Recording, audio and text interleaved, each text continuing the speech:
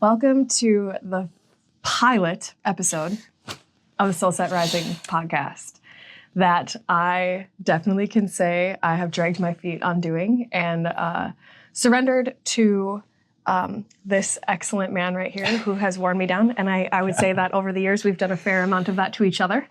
So here we are. This is Steve Frazier. He is a certified self-sabotage coach.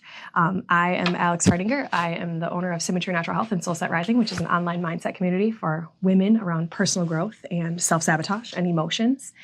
And we are going to talk about an interesting topic today. So just really excited to kind of jam out on some of these things and what we've learned over the years. We've been on this kind of growth journey together through health, emotions, figuring out self-sabotage, figuring out a lot of things over the years. So I get to call this guy Dad. And so I'm going to the whole time. And you're welcome to call him that too. Yep. I He's answer definitely to that. grandpa to lots of people. So why don't you tell us a little bit about your background in self-sabotage coaching? Okay. And then we'll get into some of the questions. Okay. I started my journey in self-sabotage about 2.5 years ago, and I had been following a gentleman named Jason Christoff, who has a class on self-sabotage, and he certifies coaches, and I was very interested in it, and I was in the class for about 1.5 years. I actually went through 2 sessions, so I got double duty, and in that process, he talks about the 4 pillars of self-sabotage, of your strengths, which are ways that you can self-sabotage yourself. And it's physical and mental, emotional, and financial, and spiritual. And I found that, and through Jason's guidance, that the physical one probably is the basis for all the other ones, because if you're healthy, you can do just about anything. If you're not healthy, all you do is think about your health. Nothing else matters at that point. That's right, it doesn't. Mm-hmm. And so as I've gone through the different sections in the health pillar, which as I say them, you'll understand where I'm coming from. Alcohol is a great way to self-sabotage, nicotine, regular drugs, prescription drugs, overeating. But the one that I found the most unique was caffeine. And because I believe that it has the most impact on the lives of everyday Americans than any of the other things in that, controllable things in that pillar. Well, and I know Jason Christoff's work is a lot around the subconscious mind and how they've programmed. And so a belief is just a thought you keep thinking. And so coffee is everywhere. And you look back in movies and you see Starbucks cups and you look everywhere and it's so normalized. Yep. It's the drug of choice for Americans, right? It is. If you look at the Fight Club movie as an example, he made an effort, the director, to put a Starbucks coffee cup in every scene. And you can go on YouTube and you can look at the compilations. It's quite interesting.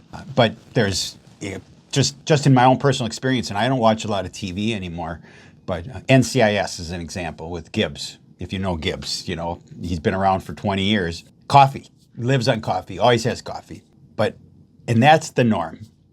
And so we've been programmed. And so when I do my presentation on Release the Coffee Cuffs, I start out with a 28-second commercial for Folgers. And the best thing of waking up is Folgers in your cup. And what it does is it actually releases dopamine, and you get a buzz just by watching that commercial. I got it just from you talking about it. Right, right. I can smell it. Yeah, you're right. And when you watch it, and you see, and they have the aroma, things coming up off the coffee, and they're smiling. It's a young couple with a couple kids, and they're in their bedroom, and they're drinking coffee, and they're smiling, and they're all happy. 90% of the dopamine released when you're anticipating something is in the anticipation. It's not when you drink the coffee. Mm-hmm. It's like right now, what she just said, and later on, she has a great anecdotal story about coffee. One of the things that I want to stress when I get into this is that I am not here to try to convince you to quit drinking caffeine, because that's a personal choice. And I can't make you do anything, because we are individuals. We all have free will and free won't.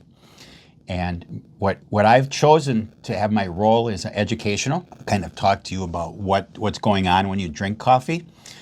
And then if you want to not drink caffeine, and you have been for a while, how do you do that and stay off of it? There's all kinds of great reasons to drink coffee. They're all short-term, and they're all just quick fixes. There's no long-term benefits to drinking coffee, in my humble opinion. From my research, short-term gives you a buzz. Absolutely, it does. And long-term, it depletes all kinds of things in your body. And ultimately, it will affect your sleep to the point where you will be crabby all the time. Well, if we just like peel back the layers of conditioning, right?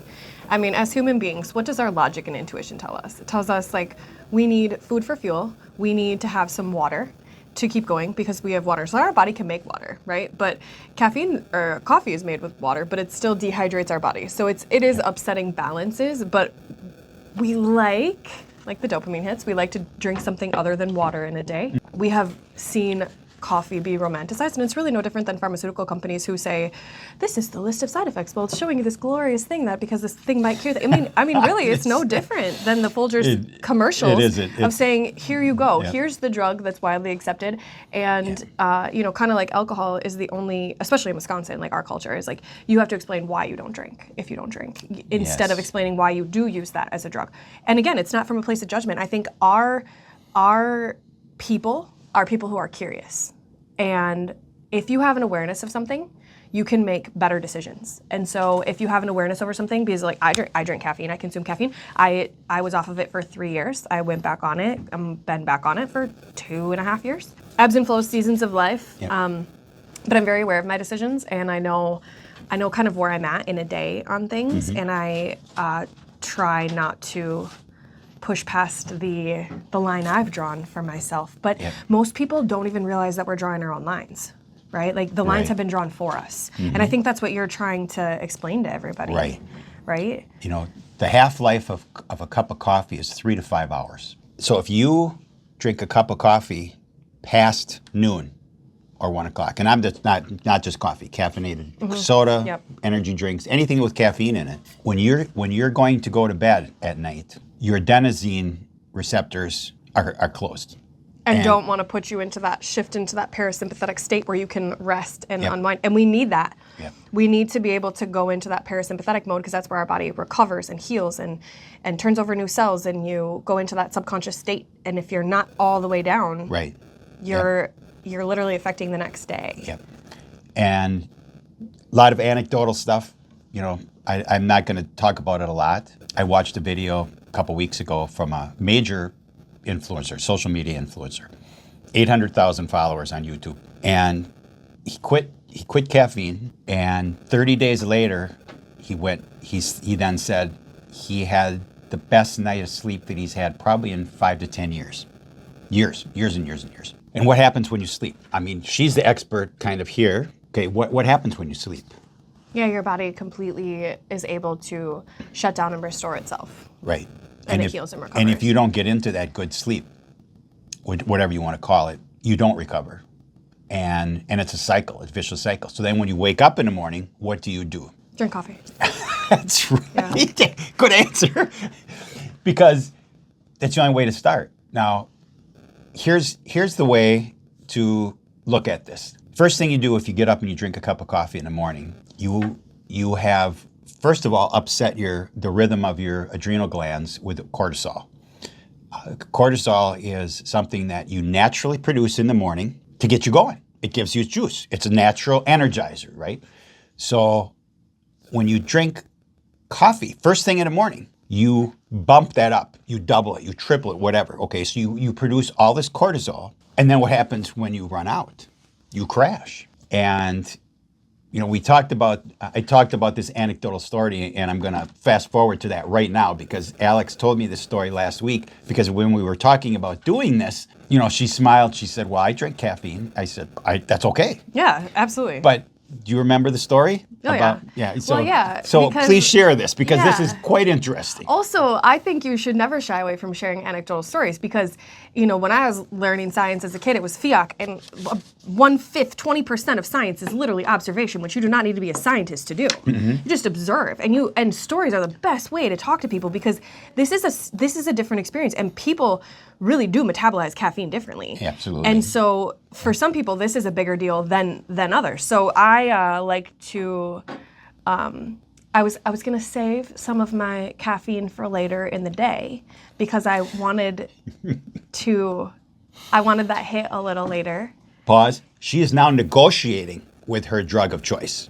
You realize that she is negotiating with the drug of choice. Absolutely, and I'm the queen of justification. That's right. Everybody knows that. And I was justifying having caffeine later so that I wouldn't make other poor choices with food, which again is just a cut off your nose to spite your face type of thing. But I was gonna consume caffeine later in the day, so I decided to wait on it because I kind of give myself a limit, like I'm not gonna tell you what it is. And so I woke up and I drank some water, and I do that every day. And then I drank some electrolytes, and then I had a caffeine-free Zevia because that would be my other little vice. I love Zevia. And next thing you know, it was 1 o'clock in the afternoon and I hadn't had any caffeine. And guess what I did have? Oh, an headache. Yeah. Right. And then I was I kind of needed the caffeine. Then you can really justify it because when you were in any sort. Why do we make these choices? Subconsciously, we make these choices because we're in some kind of pain and we're trying to sedate ourselves from our real lives. And so that's just another awareness piece, right? If you're using food as a drug, your phone as a drug, caffeine as a drug. We're just talking about caffeine today. Any of those drugs of choice are still being used to sedate yourself from your real life. Yep. And that's not coming from a place of judgment. We all do it. Yep. But it is very powerful to have an awareness around it. So what did you do then at 1 o'clock? Drink a bunch of caffeine. And how'd you feel? Great. It's amazing. It is amazing what drugs will do for you. Yeah. Okay. Yeah. So, and I'll share one short anecdotal story of myself. And this is 12, 14 years ago. I was drinking caffeine regularly, and I was traveling on a Sunday, and I was driving to Milwaukee from Wausau, Wisconsin. So I had about a 3-hour drive, and I had coffee, in the car with me. I got about 45 minutes on the road, and all of a sudden, I have heart palpitations. Okay, and they're called PVCs, premature ventricular contractions. And I had them on and off, but this one was bad. I stopped. I turned around. I called my wife. I said, "I'm coming home. I'll be home in 45 minutes. I want to get in the car with you, and I want you to take me to the emergency room." So we get in the car. I'm not dead. So we get in the car. We go to the emergency room. I explain to them what's going on. They strap me up to an EKG machine, and I've got a couple nurses with me, and then the doctor comes in. We chat, and we look at the EKG. It's live now, and I'm having them, and I can see them on the EKG. I can see the PVCs on the EKG. And I looked at the doctor, and I said, "So what's happening here?" He said, "Well, everybody gets these. You just happen to be particularly sensitive to them, and so you can feel them more than everybody else." And I said, "So why am I having these?" He said, "Well, a lot of them is caused by stress." And then he looked at me, little twinkle in his eye, and he said, "And caffeine." And the only time that I've ever had them since then is when I have had caffeine. Otherwise, I don't have them. I try to limit my stress like everyone else, but we all have it. But I have the ability to control this. I have control because we all have free will and free won't. And if I choose not to have those PVCs, if I don't drink caffeine, I don't have them. And so, like Alex said just a minute ago, stories are the best way, and especially anecdotal stories are sometimes the best. And if you are watching this and you want to share an anecdotal story with me, please get to me on any social media and share your story. I'm writing a book right now called "Release the Coffee Cuffs: Winning the Battle with Caffeine," and there's going to be a chapter just on anecdotal stories. And why is that? Is because people always think that they're the only one. Alex, when she was there at 1 o'clock, she's thinking to herself, this is just me. This doesn't happen to anybody else. This happens to everybody. Okay. Yeah, and if it's, because I think there's going to be people, maybe who didn't get this far, but there's people who are like, this doesn't happen to me. Nothing bad happens when I eat gluten. Nothing bad happens when I drink coffee. Nothing bad happens to me when I drink alcohol. And I think a story that I like to tell in my practice is that if you move into a house that has a railroad track in the backyard and the train comes through in the middle of the night and blows its horn right in your backyard, it is going to wake you up out of a dead sleep that first night. And the second night is still going to wake you up. And after a week, it is still going to wake you up. But after a month or two, you are going to sleep right through that train horn. And if you start ignoring the signals that your body is sending you, they will become just like that train horn. And so people who have been eating garbage or drinking caffeine for a long, long time, their bodies are literally deadened to these symptoms. And so once you create an awareness around it, like say maybe slow down on the caffeine consumption, then all of a sudden you can notice something when it goes back in. Now, part of that's just because your system's not used to it, like Right.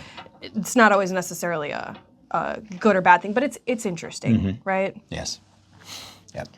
So again, I'm not here to tell you what to do. I am here, and now in a minute or two, we're going to talk about why did I do this and what's going on. That's my prompt to ask him that question. But I'm just looking at my questions here, and I'm like, there's some really interesting ones that I think will take us down that path. Yep. So let's get into like some of the mindset stuff around it, because the caffeine is interesting, but that's like, oh man, it's a hard pill to swallow. So let's talk about the difference between self-sabotage and discipline when you're making choices. And then let's bring it back around to the coffee. Okay. So when you self-sabotage, it's things that you do to undermine your morals and values.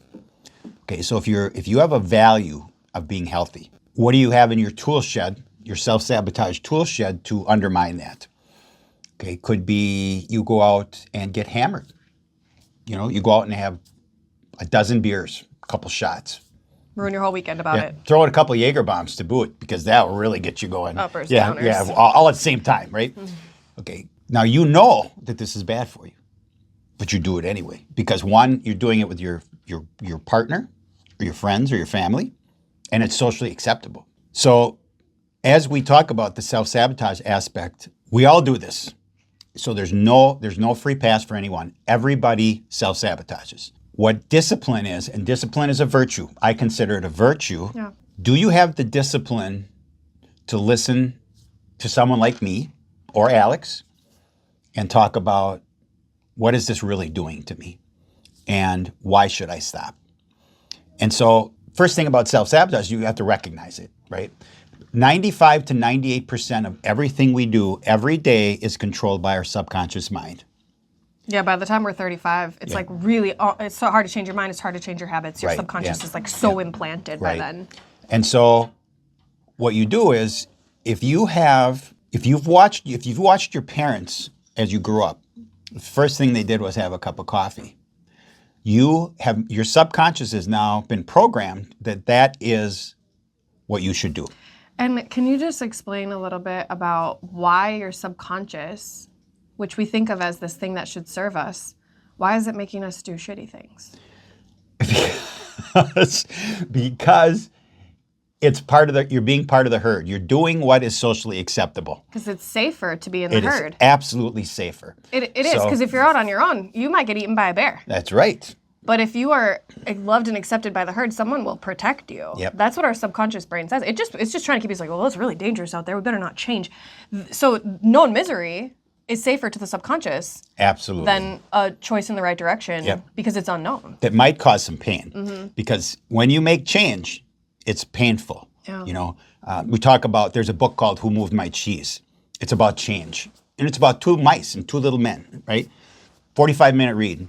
One of the best things you can ever do if you're thinking about doing some of these things, change is going to happen whether you like it or not. Are you in control of it? And the people that embrace change and control it are the winners. Mm-hmm. And the people that sit and wait for it and then are snowballed by it, they're the ones that don't deal well with it. Absolutely. Okay. It's that whole personal responsibility and taking control for your own choices. Right. And most people, it's not that they don't want that. It's that most people, I think, that are not maybe pausing long enough to check in with their higher self to ask, intuitively, is this a good choice? I would argue that if you sat down in front of a plate of steak and salad and, some fresh spring water and you look at it and you enjoy it mindfully and chew it and are thankful while you're eating it and how healthy that is, and then you put down a piece of pizza and chocolate cake and you really, really, really check in with yourself, you already know that that's not good for you. Right. And so I think that kind of one of my markers for myself over the years with caffeine has been, it is a drug. I like drugs. Yeah. So, not all of them, but some.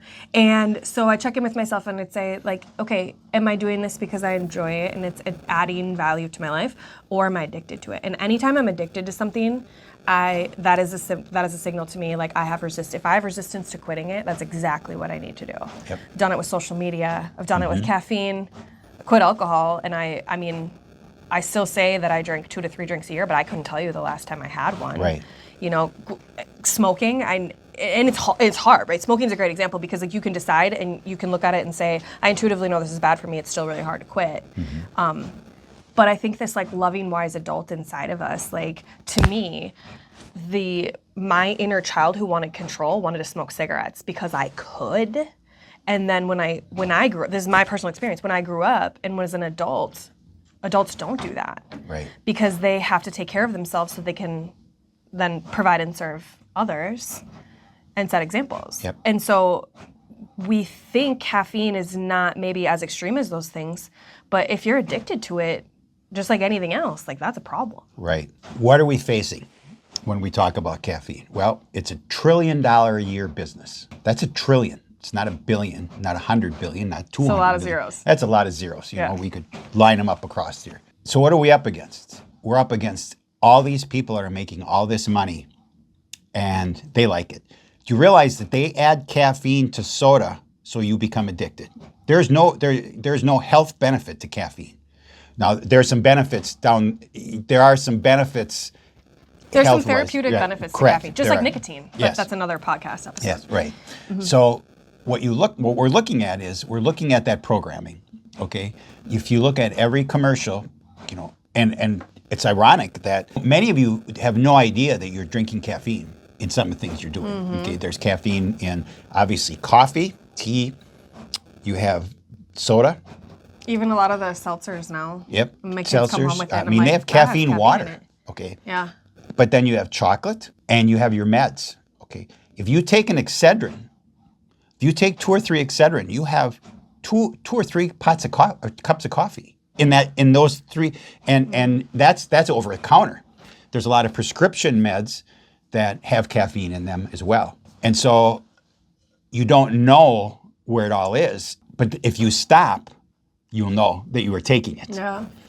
Well, and that was kind of bringing me to my next question, because I think one of the biggest check-in factors is if it wasn't an issue at all, it would be really easy to not do it. Correct. Right? So why is it so emotionally and physically difficult to quit caffeine? We'll deal with the physical first.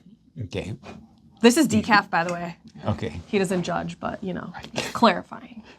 Clean decaf. I wasn't judging her. She was judging herself. Anyway, so that's a defensive move on my daughter's part.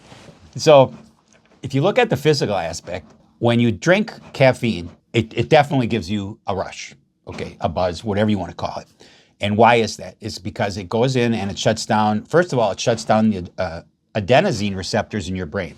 And the adenosine receptors are what make you tired at night. And it starts as the cortisol, which we talked about, that starts in the morning, and then throughout your day, your cortisol goes down, down, down. Your body's doing this on its own. Okay, this is amazing, right? But then as you go out through the day and then as you go into the evening, then it starts to create melatonin and the adenosine, which helps you go to sleep.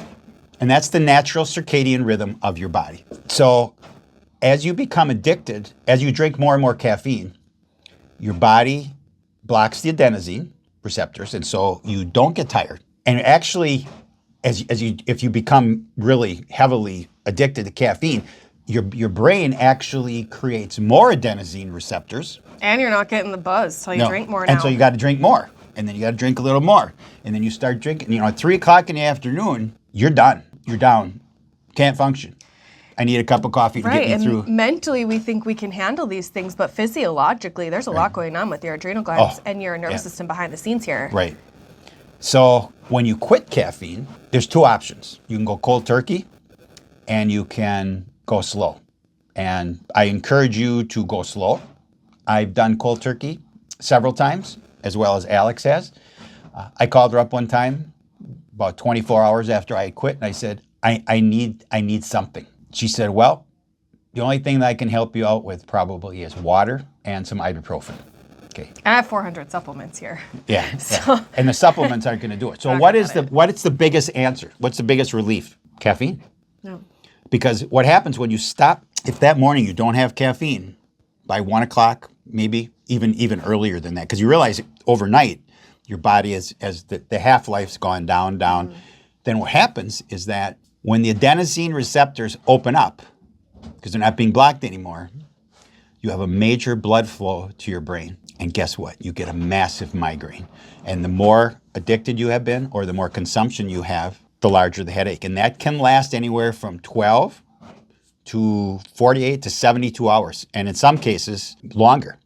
And one of the things Alex mentioned in the beginning is that everything that we talk about here is on an individual basis, because we all process different, and we all have different, There are literally body gene masses. SNPs that have to do with how your body methylates prescription drugs, B vitamins, alcohol, caffeine, all of these things. We actually test for them in practice. So when you do cold turkey, you just drink as much water as you possibly can. Because remember, the more caffeine you've drank in the past, the more dehydrated you become. It's a diuretic. Done deal, scientific. It's not a question thing. Yeah. So physically then I recommend in my book and the program, Release the Coffee Cuffs, is to wean yourself off. Okay, and that is, as an example, the first day that you're going to do this, you brew a pot of coffee and you put 75% regular coffee and 25% decaf. And there's a whole bunch of options, but I'm just using this as a general example. Okay, you drink that pot of coffee for 2 days. Then on the third day, you brew another pot, half regular, half decaf. And do that for 2 or 3 days. Mm-hmm. Then you go to 25% coffee, 75% decaf. You still may have a small headache, but it's not going to be like you did on first day when you went cold turkey. And I think that it's important, like for me, to say how important it is to have someone like you to coach people through this, because you're giving them the answers, but people won't do it on their own, right? Right. Like, we do need our hands held. Like, we do, all of us do. Coaches have coaches. Yes. And practitioners have practitioners. Yeah. And so the other issue is that as you, like, if you decide for caffeine to be the place that you start with your self-sabotage, inevitably a whole bunch of other self-sabotage that you're doing in your life is going to be like highlighted in your face. Yep. And so it's going to become about more than just the caffeine and the coffee, which is why it's even more important to have the right support. And the reality is, for most people, we have to remember that not everybody else is coming from our place of experience or what we're thinking and what's important to us right now. Mm-hmm. And so if you don't have the support like right in your home or with your closest family and friends, it's really, really hard. And then, you hear something like this, there's this phenomena called the presenter's dilemma, where we're so passionate about something, we assume that everybody cares as much as we do. And anybody who's been in any sort of natural health, especially in the last 5 years, can understand this, because it's like, well, once you see it, you can't unsee it, but not everybody's ready to see it. Yep. So having a coach who understands not only the caffeine and the health piece, but then the self-sabotage piece as a bigger picture can help you take that walk. So there's your physical side. And there's a lot more to that. I'm not going to go any deeper than that. Now you have the emotional side. And this is the subconscious part. And this is the part that is incredibly interesting to me because of my self-sabotage background. And that is that everything we do is by habit. And as you watch this, you can smile to yourself and say, okay. Not me. Yeah. Not me. I'm making my own choices. That's right. I'm thinking my own thoughts today. That's right. So what do you do? First thing, if you go to work and you have the coffee pot, what happens there? You socialize. Yeah. What happens when you want to go out with someone in the morning? Let's go have coffee. Yeah. Okay. Let's not go have water. Let's not go have herbal tea. Okay. Having coffee. And if you order decaf, you kind of get the stink eye, like that. What are you drinking? Why would you ruin that drink? That's right. That's right. Why would you take the caffeine out? So emotionally, it's a habit thing. And my suggestion to you is read a book by James Clear. It's called Atomic Habits. Okay. Yeah.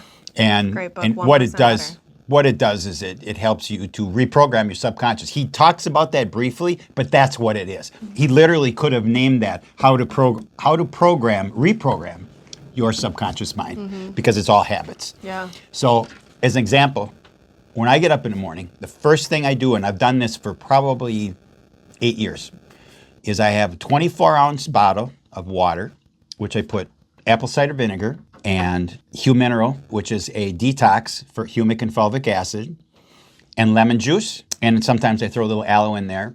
And because I'm not hardcore, I have to put a little stevia in it because that apple cider vinegar has got a kick. Yeah. Okay. And this is how I start my day. Okay. I hydrate my body. I had blood taken yesterday, routine physical. Lady took my blood. I have a great vein on the back of my hand. Just goes right in, pops right out. She looked at me when she was done and she said, "Boy, you must be really hydrated. I've never heard this before. I'm mature. I'm 68 years old. Never heard this before." I said, "What do you mean?"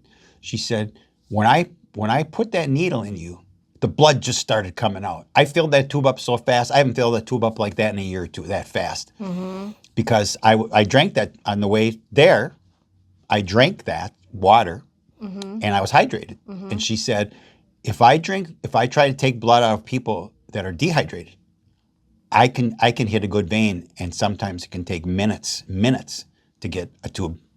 She had me filled up in 20 seconds, right? So that was a tangent, We which like we're tangents. really good at. Yeah, we like them. Yeah, we're good at tangents. So how do we recreate that? Okay, so first thing is wherever you generally have a cup of coffee, at least for a while, you avoid that spot. Okay, kitchen table. I mean, the classic picture from 50 years ago was mom or dad sitting at the kitchen table, reading a newspaper, having a cup of coffee and a smoke, right? I mean, you realize I grew up in a time when cigarettes were more than acceptable. In fact, they were encouraged. Which ones are better for you, doctor? They have doctors that prescribe, this is the one you should drink. This is the cigarette that pregnant women should smoke, okay? I have the ads, okay?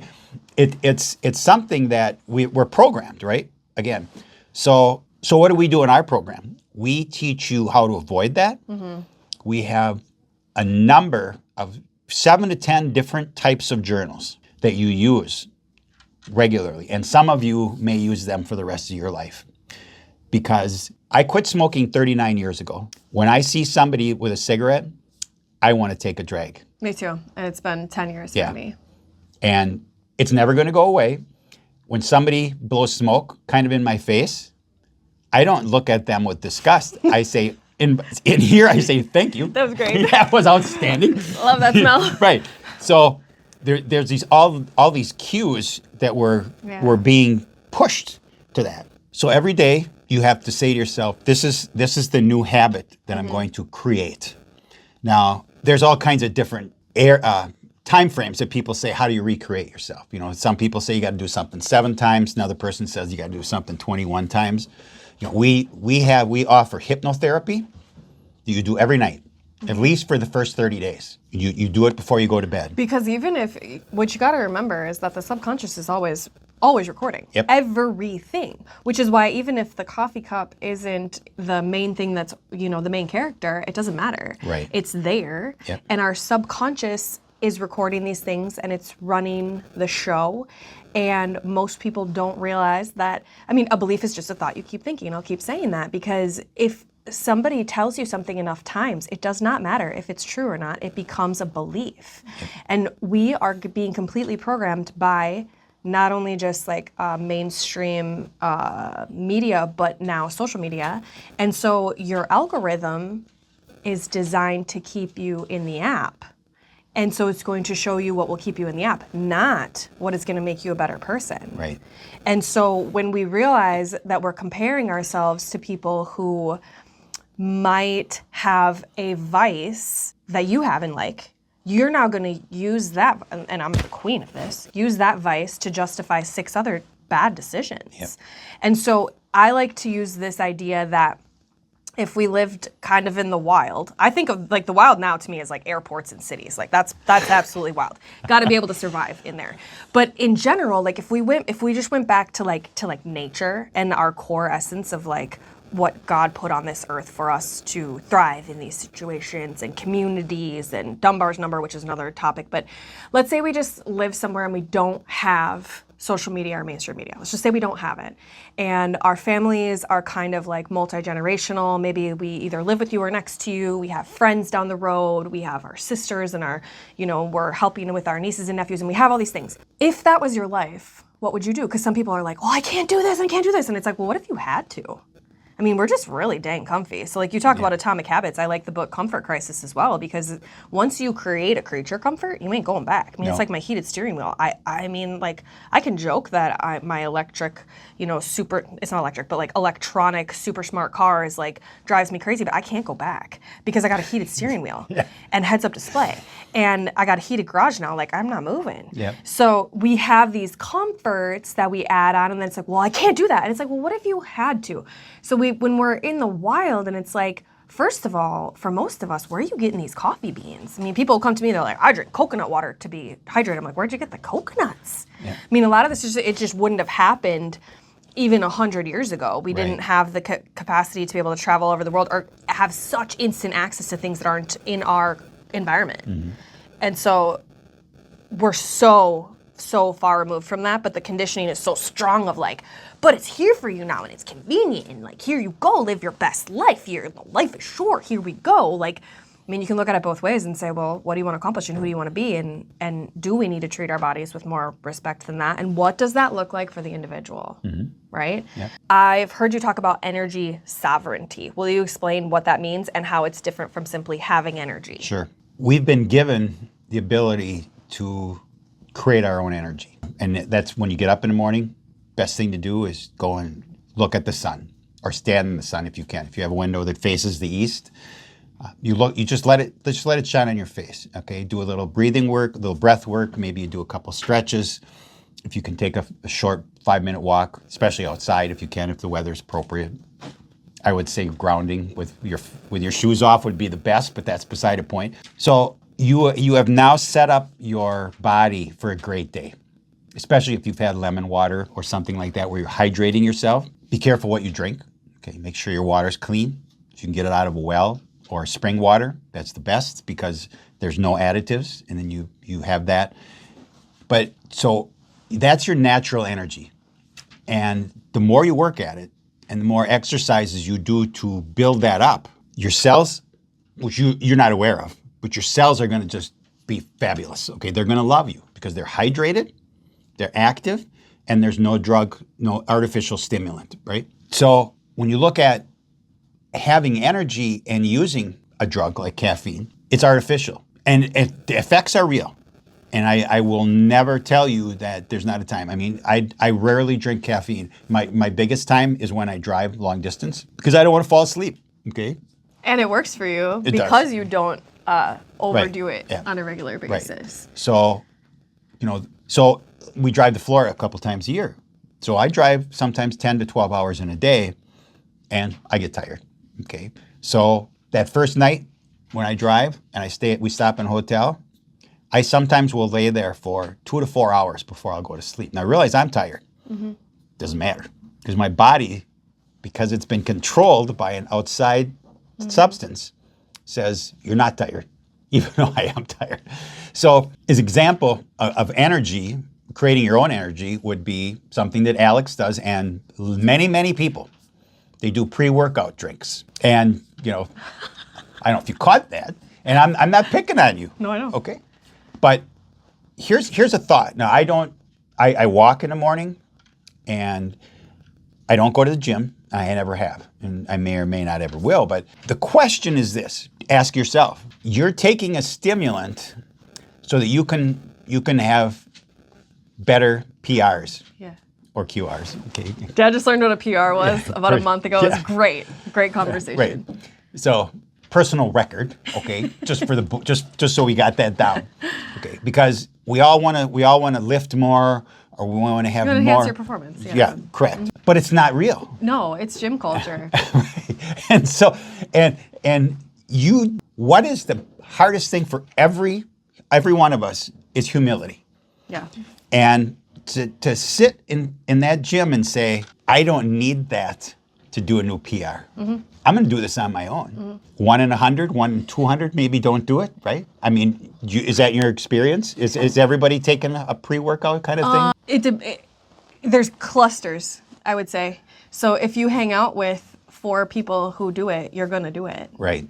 Yeah. And if you go to the gym by yourself and do whatever, like, I mean, I've gone through seasons of it, and if I do anything now, there's electrolytes and sometimes maybe 75 grams of caffeine in a pre-workout, which is not, I mean, some of them are, man, yeah, it could be 300. hundreds, right? Yeah.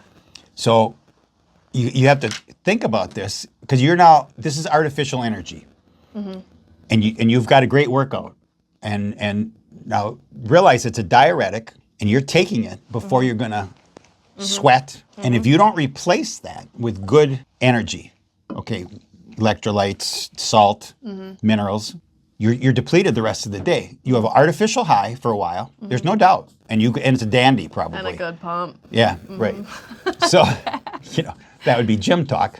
So you have to say to yourself, is this how I choose to live my life? Because where does all this go to? It goes to the adrenal glands. That's probably the most important thing. Well, and I want to go back to your story real quick about, just the circadian rhythm, the sun, the morning sun, the evening sun, the fresh air in the morning. And we all somewhere deep down know it, but what is the hardcore resistance to thinking that could make a huge difference?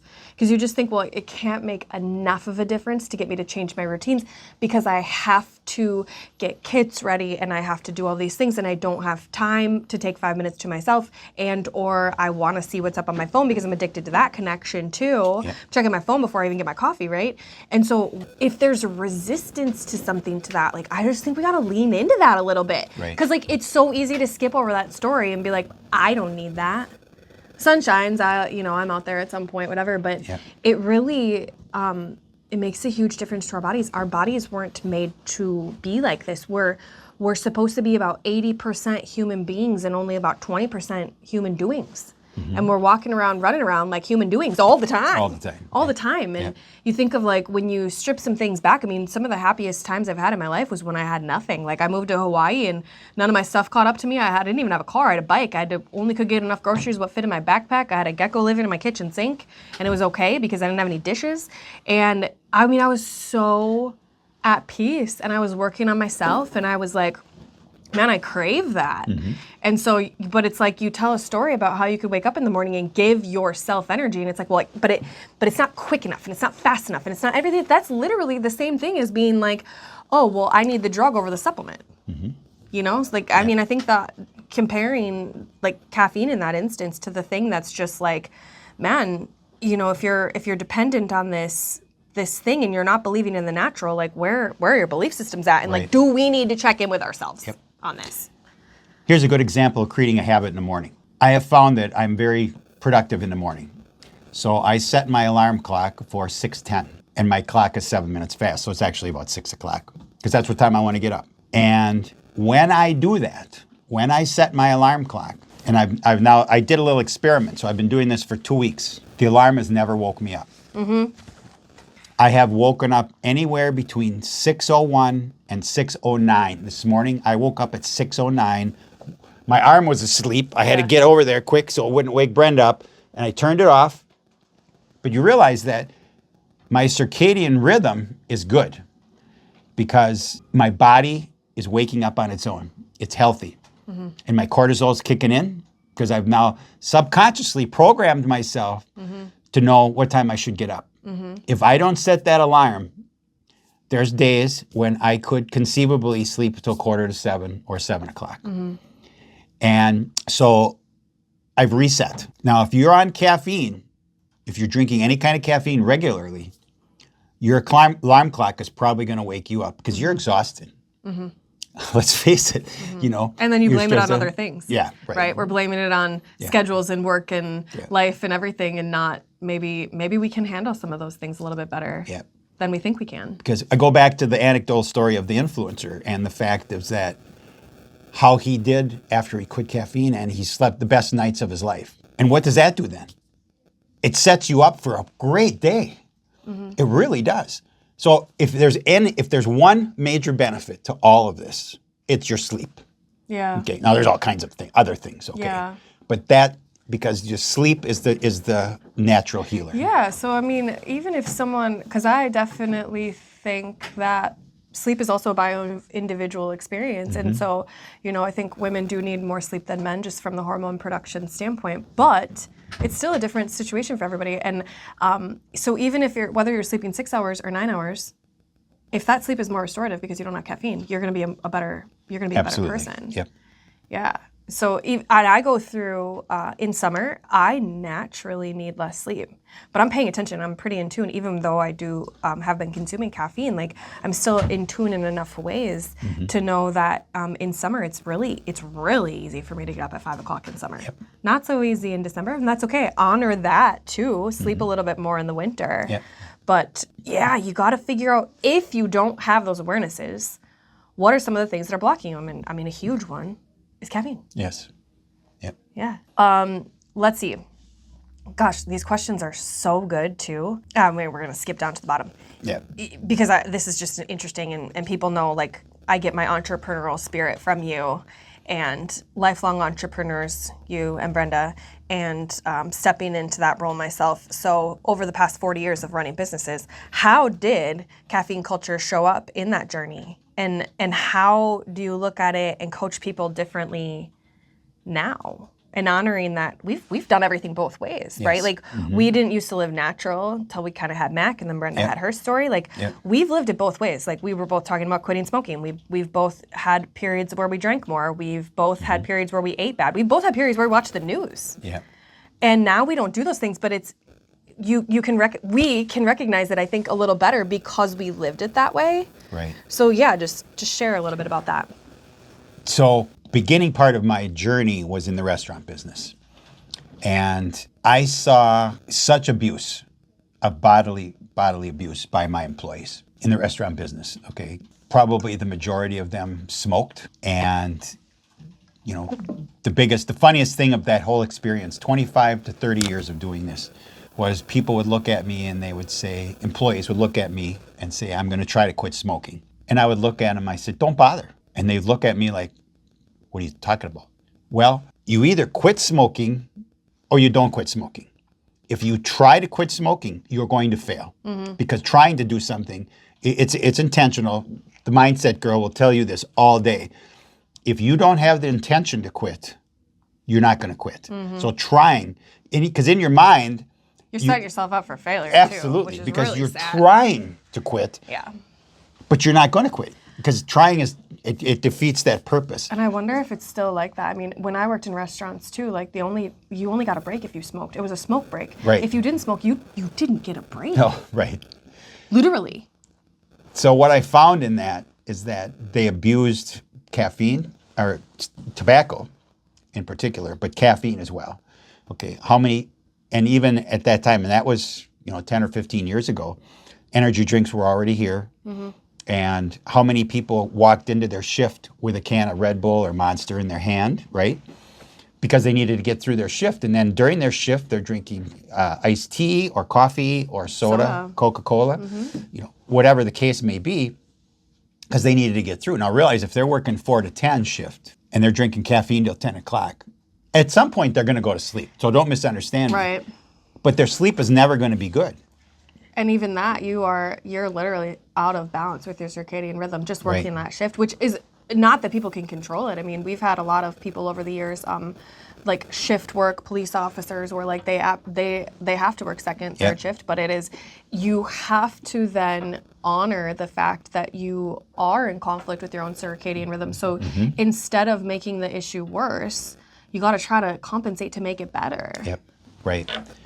So as I look at what that past life of mine was, when I would coach someone, I would say, okay, we need to replace that habit, not just the habits, but the actual physical thing. So the last thing in the world I want to try to tell you is you're not going to drink anything in the morning. Okay, you need to, and that's going to be not impossible to break, but close. So what you do is you drink herbal tea with no caffeine. That's an example. That's just one example. Okay, even warm or hot water with lemon in it. Okay, because it gives it some flavor. Okay, but but what happens is subconsciously you have that warm mug in your hand. Yeah. I'd love to plug Coco Ringa here because, Yeah, right. you know, we have a superfood hot chocolate, and a lot of people have used that to get off of their coffee habit. Right. Because it's a hot chocolate that has no caffeine, it has no dairy, it's made of superfoods. It balances your blood sugar. Yep. You can throw a scoop of collagen in it, and it is that warm, and it's a treat because it's sweeter than coffee. Yep. Yeah, it's at DIYNH.com. You want to say that one more time? DIY, like do it yourself, NH, natural health, DIYNH.com. That's our Symmetry website. And I looked up the other day, and Coco Ringa, because we've promoted it as this substitute, is now in our top selling products, top 10. Yeah. Out of, 400 or 500 things that we Right. have here. Top 10. Yeah. Because, and that's really powerful. Yeah. And you do need something that that feels, because it's not punishment, right? Right. Quitting caffeine or doing something that's good for you, you shouldn't be doing it out of punishment. Like, oh my gosh, they're talking to me. They're talking about me right now, right? Yeah. No, it's not coming from a place of judgment. This is an opportunity to honor your body and do what's good for it. And so, is it going to be uncomfortable? Yes. Is it going to be hard? Yes. But does it have to be absolutely blaringly miserable every day? No. I'm going to tell you an anecdotal story which happened about 45 minutes ago. We walked into this room to record this, and there was a lady here. I'm not picking on her, but I told her what we were going to do, and she literally took her coffee cup and she set it down. She said, "You don't want to see this, do you?" And I looked at her and I said, "I'm not here to judge you." Yeah. I said, none of this is ever about judgment, because you have to deal with this.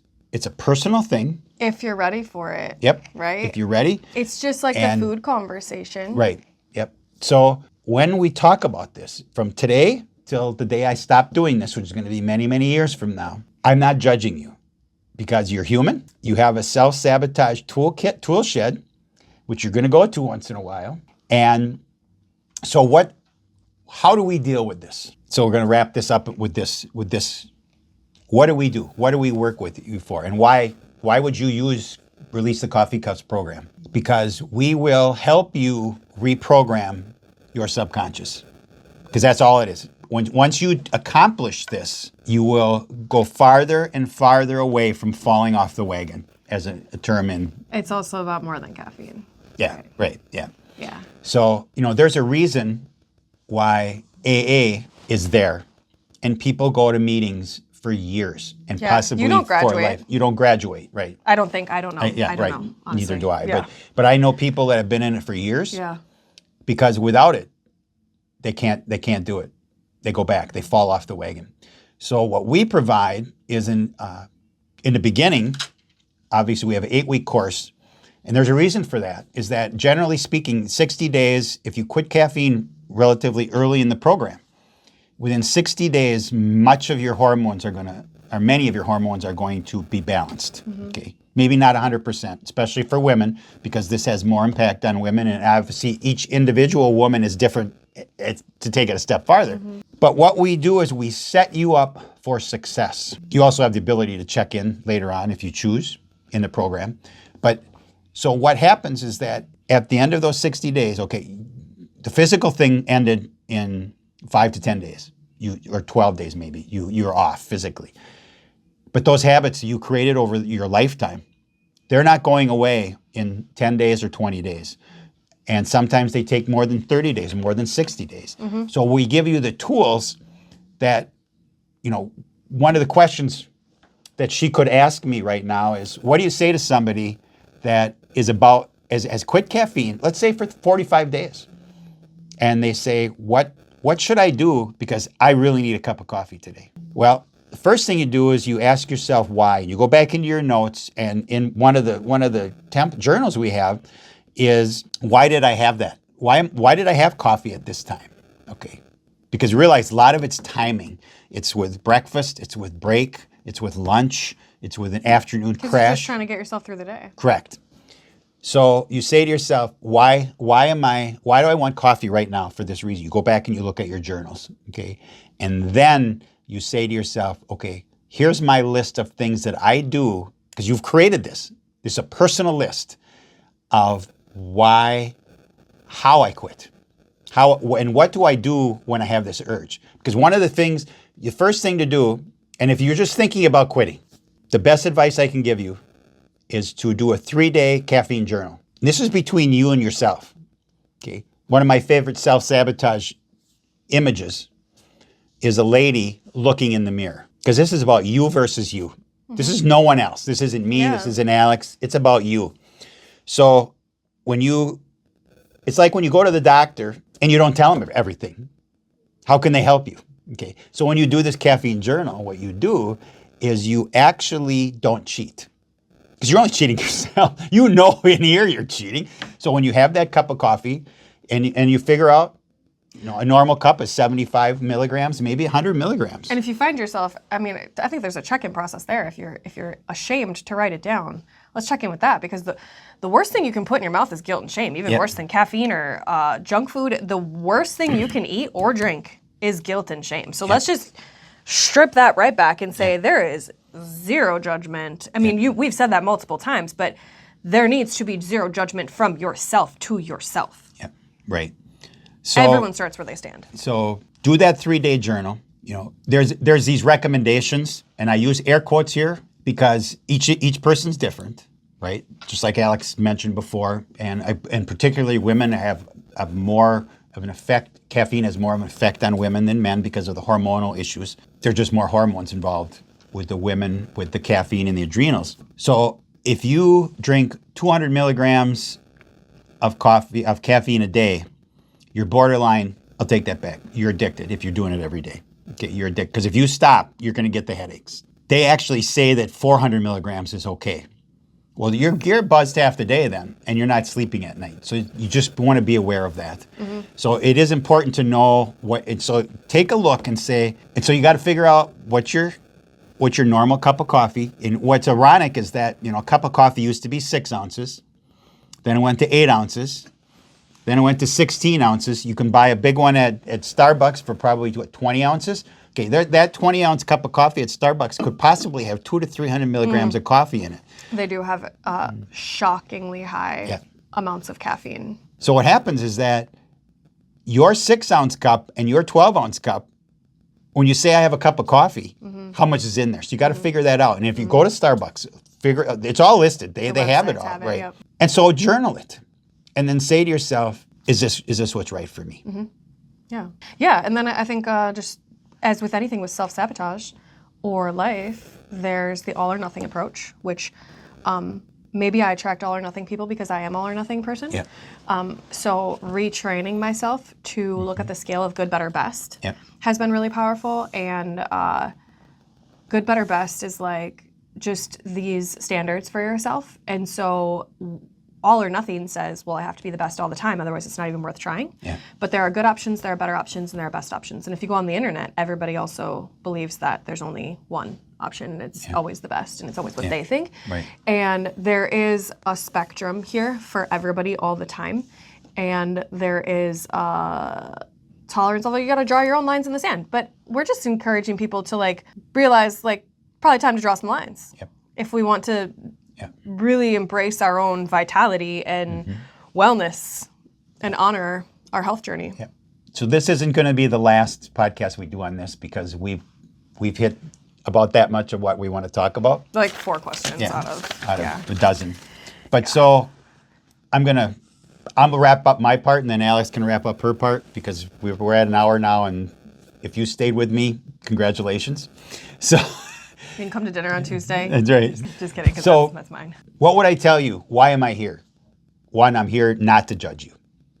Okay, that is the biggest thing. I'm here to educate you and support you. Okay, because this is not an easy thing. Okay, breaking the subconscious habits is way harder than just physically quitting caffeine. And what we do in our program is we help you restructure your life. In other words, your habits, the daily activities of your life are no longer going to be centered around caffeine. And if you stop, you will realize how much your life has revolved around caffeine. Thank you so much.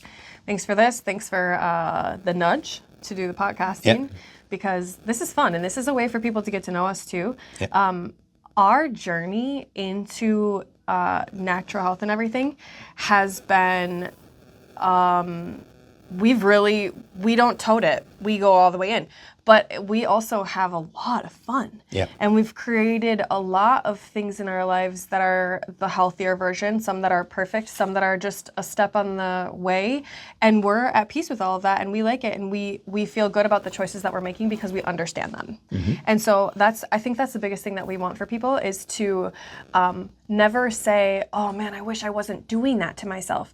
Okay, well that vibration right there is something that we want to just check in with and say, let's come from a place of self-love, right? And SoulSet Rising is all about self-love and self-respect. You look up to people that you love and respect. And so the best thing we can do is become someone that we love and respect. We love ourselves, we respect ourselves, we love our choices, we respect our choices. Even when they're not always perfect, we can love ourselves. So one of my favorite sayings is love and truth activate the healing process. And the love side is the holding the space for the grace that we need to get through these. And the truth is the fact that it's going to be uncomfortable sometimes and that we have to do it anyways. And so on the love and truth spectrum, if one is not working, we increase the other. And that's how we constantly approach that with clients. Yep. And with our own selves and our own family and our own lives. And everyone, I think, knows that I'm not a purist, which I think is so for people who are, there are other coaches who are a little more hand-holding, a little more strict, I'll say, on things. And that's not necessarily us, but to me, if you're not healthy enough to handle certain things, then how healthy really are you? Yep. And so this is coming from a place of curiosity and interest, and self-sabotage is a topic that we have come to love. So follow along. This is going to be a really fun journey. It is. And we're going to do this again. So thank you so much for doing this one. And you will see us again on Symmetry Natural Health Live.